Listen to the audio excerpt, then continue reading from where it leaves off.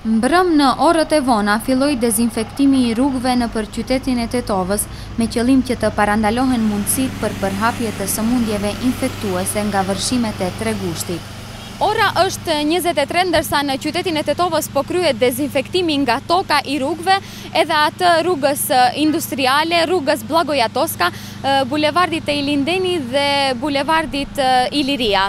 Nga komuna apelojnë që në këtë periudhë derisa kryhet dezinfektimi, qytetarët të mos i lënë makinat e tyre në pjesët ku bëhet pastrimi, nga se i pengojnë procesit të dezinfektimit.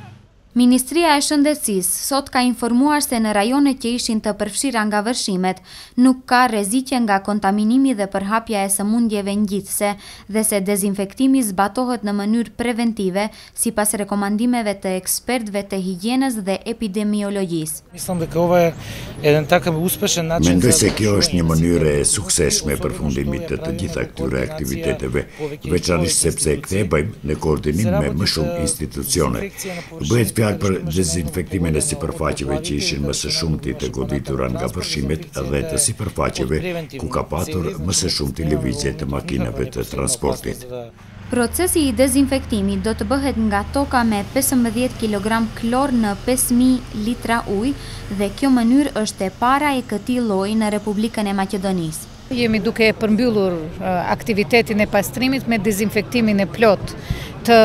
rrugëve të qytetit dhe sipërfaqeve të hapësinave publike, që sipas standardeve duhet të ndodhë në vendet në të cilat ka pasur kalime të ujit, dhe normalisht është një aktivitet i përbashkët i